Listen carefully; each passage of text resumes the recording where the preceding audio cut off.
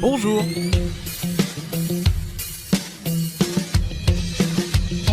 Et en avant pour une nouvelle vidéo achat de jeux vidéo. La précédente datait de fin avril.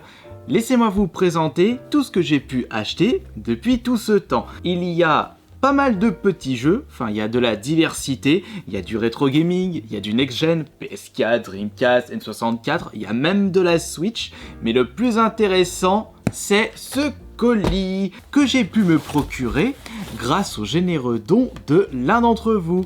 Si tu regardes cette vidéo, Yaya, une très grosse dédicace à toi et je te remercie infiniment pour tes nombreux dons faits sur mes live Twitch. Nous avons un nouveau don. Le prochain live, ce sera ce soir à 20h. Et comme promis, ce que je vous avais dit lors de mes précédents lives, l'argent récolté via vos dons vont me permettre d'acheter des choses afin de vous les présenter sur la chaîne YouTube. On va voir si vous avez une petite idée du contenu de ce colis. Juste un indice, c'est un accessoire culte de la NES. Mais on va ouvrir ça à la fin. D'abord, petite présentation du reste. J'ai tout de même mis un certain prix pour quelques-uns de ces jeux, mais je les voulais absolument pour ma collection. Il ne faut pas oublier qu'une collection, c'est avant tout de quelque chose de personnel, et il faut avant tout acheter les choses qui nous attirent le plus, qui nous parlent et qui nous plaisent, lorsque l'on met un certain prix. C'est vrai que lorsqu'on trouve des jeux pour vraiment une bouchée de pain dans les vides-greniers, alors qu'on ne les connaît même pas, qu'on n'en a jamais entendu parler, faut pas hésiter à mettre le prix. Mais par contre, mettre le prix limite à la côte sur un jeu qui nous parle pas du tout, surtout un jeu rétro gaming, ce n'est pas vraiment une superbe idée. Sauf si vous avez un autre objectif. Et c'était le cas de mon côté pour ce Global Gladiators, acheté uniquement pour vous le présenter sur la chaîne YouTube, puisqu'il s'agit d'un jeu vidéo en rapport avec la licence McDonald's. Ils n'ont pas sorti que celui-ci, ils en avaient également sorti un sur la NES, le McDonald's Land, et alors que Global Gladiator, ce n'est pas du tout le même jeu. Il s'agit d'un jeu de plateforme qui a été développé par David Perry, le créateur de Earthworm Jim et également le concepteur d'Aladdin, attention, la meilleure version, la version Mega Drive. Je crois que je l'ai payé soit 10 ou 15 euros, c'était au Grenier du Geek, un exposant que je vois souvent dans les conventions Japanime. Je lui ai acheté ceci à la Japan Touch, Geek Touch de cette année, c'était début mai, mais je ne lui ai pas acheté que ce jeu Mega Drive. Je lui ai également acheté 2 autres jeux rétro, et c'est pas n'importe quel titre, comme ce Resident Evil 3, Resident Evil 3 avec mon joli accent tout pourri. Je le considérais un petit peu comme mon Resident Evil préféré, mais après mûre réflexion, j'ai tout de même plus de préférence pour le deuxième, et encore plus pour le deuxième remake. Je vais essayer de le trouver sur la Xbox One afin de débloquer les succès, puisque j'avais acheté ce jeu... Non, j'avais acheté sur Xbox ou sur PS4. Non, je suis nul. Pff, quel con.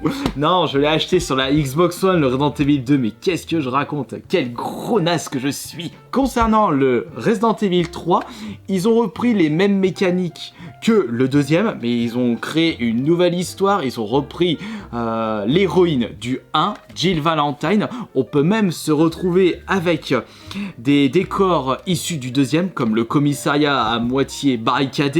Mais en y repensant, c'est pour cela que je préfère le 2 par rapport au 3, mis à part quelques musiques, je n'ai pas retrouvé cet esprit gigantesque, ces musiques mythiques et ces mondes inoubliables du 2 par rapport au 3. Certes, l'hôpital est pas mal à faire, bon on a Carlos, on n'a pas Gilles, mais ça vaut pas l'hôpital de Silent Hill. Il me reste plus que la version PC pour avoir la totalité de ce Resident Evil 3. J'ai la version Dreamcast maintenant, j'avais la version GameCube et la version PS1. Nous allons maintenant passer au troisième achat fait, à ce commerçant indépendant. Très fan de la série, lorsque je l'avais vu sur son stand, je n'ai pas trop réfléchi. Je l'ai direct pris, c'est le Mortal Kombat 4. Une sacrée nouveauté à l'époque, puisque c'était le premier Mortal Kombat en modélisation 3D. Sachant que j'ai vraiment beaucoup joué au Mortal Kombat 3, le 2 et le Ultimate Mortal Kombat 3, c'était carrément une véritable nouveauté lorsque mon frère et moi avons découvert ce 4e opus. Et là j'ai pu le retrouver complet en très bon état. Celui-ci j'ai mis 59 € pour le récupérer. Le Resident Evil 3 j'ai dû mettre 30 ou 39 €. Maintenant nous allons passer à un jeu petit prix. J'ai pu le récupérer grâce à une offre Amazon. Il était proposé seulement à 10 €. Un jeu que j'ai pu découvrir sur la PS Vita qui est un Metroidvania, le Axiom Verge.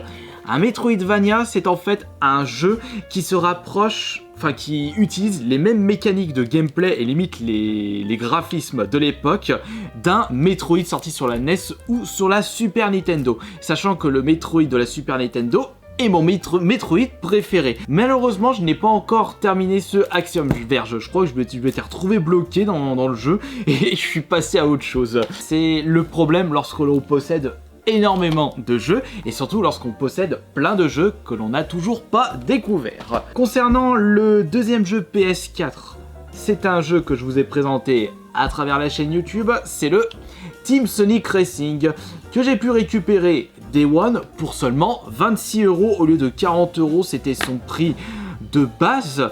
Mais je me suis rendu compte que sur Amazon, ils proposaient le même tarif, putain mais quand même des prix très agressifs dès la sortie d'un jeu, que ce soit sur internet et dans les magasins, ça présage rien de bon pour la suite. Et tout compte fait, bah, il est pas aussi bien que Sonic All-Star Racing Transformed ou alors le Sonic All-Star Racing, le premier sur la 3.6 et la PS3. J'ai également récupéré 2 jeux Switch. Je me suis procuré ces 2 jeux lors d'un vide-grenier du jeudi de l'Ascension, le 30 mai. J'ai pas pu vous proposer de compte rendu vide-grenier parce que j'ai filmé que très peu de stands et j'avais pu trouver que ces 2 jeux-là. Ça n'a pas plu à beaucoup d'entre vous, surtout les personnes qui apprécient énormément mes vide-greniers live. Gros bisous à vous. Donc j'ai pu récupérer un... Je crois que ouais, ça c'était un stand de revendeur. Il m'a fait... Comment il m'a fait déjà les 2 jeux? Il m'a fait à 70 € les 2, voilà, ils vendaient 38 € l'un, ils étaient 9 sous blister, et j'ai demandé 70 € si je vous en prends 2. Il avait pas que ces 2 jeux là, il avait également, je crois qu'il avait Hyrule Warrior, il avait Splatoon 2, mais il avait que des gros titres, des triple A. Et j'ai récupéré Mortal Kombat 11 et Mario Kart 8 Switch Deluxe, pardon. Acheté uniquement pour pouvoir y jouer en live. Première déception concernant le Mortal Kombat, il faut que j'achète une grosse carte mémoire pour pouvoir télécharger la mise à jour. Ah ouais, ça c'est le problème de la Switch. La mémoire interne de la console n'est pas aussi conséquente que les mémoires internes de la PS4 ou de la Xbox One. Enfin, quoique la Xbox One, les 1 Tera ne me suffisent pas du tout. Au vu de la quantité de jeux que je joue sur cette console, c'est pour cela que j'ai pris le taureau par les cornes. J'ai acheté un disque dur de 4 Tera. J'ai pas eu ce problème-là avec ce Mario Kart 8, donc j'ai pu y jouer en live en votre compagnie, mais ça faisait tellement longtemps que j'ai pu jouer à Mario Kart que je me suis fait défoncer par beaucoup d'entre vous. Ah, je me suis vraiment retrouvé tout petit. Mais tout compte fait, ça m'a tout de même fait plaisir de voir certains d'entre vous me battre sur un jeu que vous appréciez énormément. Il va falloir que je m'entraîne sévère pour pouvoir réussir à vous dépasser. Nous allons maintenant passer à l'ouverture de ce colis. Mais que renferme ce colis? Est-ce que vous avez pu deviner? Alors je vous rappelle que ce n'est pas le généreux donateur qui m'a envoyé directement ce colis. Il m'avait fait pas mal de gros dons et je lui avais promis que j'achèterais avec ces dons un très joli truc pour la présenter sur la chaîne. Et je continuerai à utiliser ce principe-là lorsque vous me ferez des dons sur Twitch. Et encore une fois, merci à toutes les personnes qui n'hésitent pas à me soutenir de cette façon-là.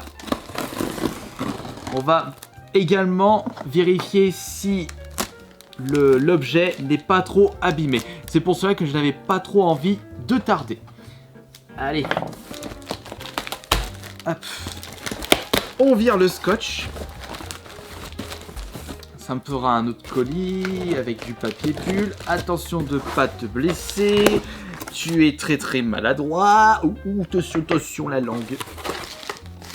Sponsorisé par Picard. Avec Picard, protégez vos colis.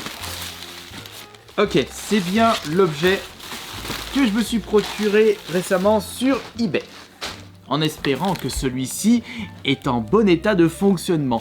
Ce que je ne vous avais pas dit, c'est que j'ai dû renvoyer la Virtual Boy que j'avais testée, que je vous avais présentée précédemment, parce que je me suis rendu compte que le côté droit de ces lunettes Nintendo avait tendance à bugger après 2-3 minutes d'utilisation.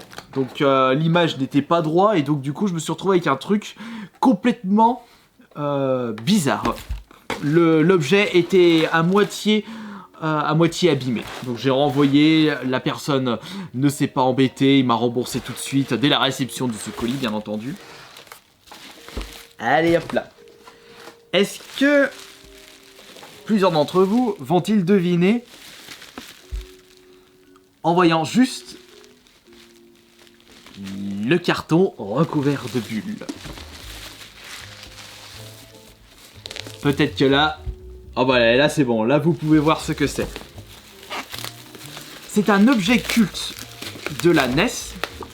J'ai bien dit culte parce que en réalité c'était pas si maniable. Après ça je peux pas vraiment vous le certifier parce que je n'ai jamais pu tester ceci à l'époque. Il s'agit du célèbre Power Glove, qui est en fait une manette gant pour la NES. Et ce sera avec grand plaisir de pouvoir tester cet objet insolite lors d'une vidéo dédiée. Et je souhaite une nouvelle fois remercier Yaya pour m'avoir fait de jolis dons afin que je puisse m'acheter cet objet afin de vous la présenter sur la chaîne YouTube. Ça risque d'être hyper drôle.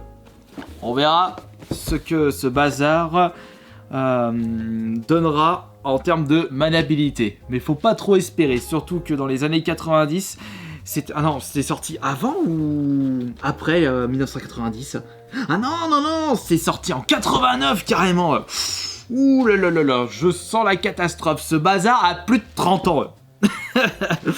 Hâte de pouvoir tester ce fameux objet. Je vous remercie comme d'habitude de votre présence et on se retrouve ce soir sur le live Twitch de 20h pour un live super agréable en votre compagnie et on se retrouve demain pour la prochaine vidéo. Ciao!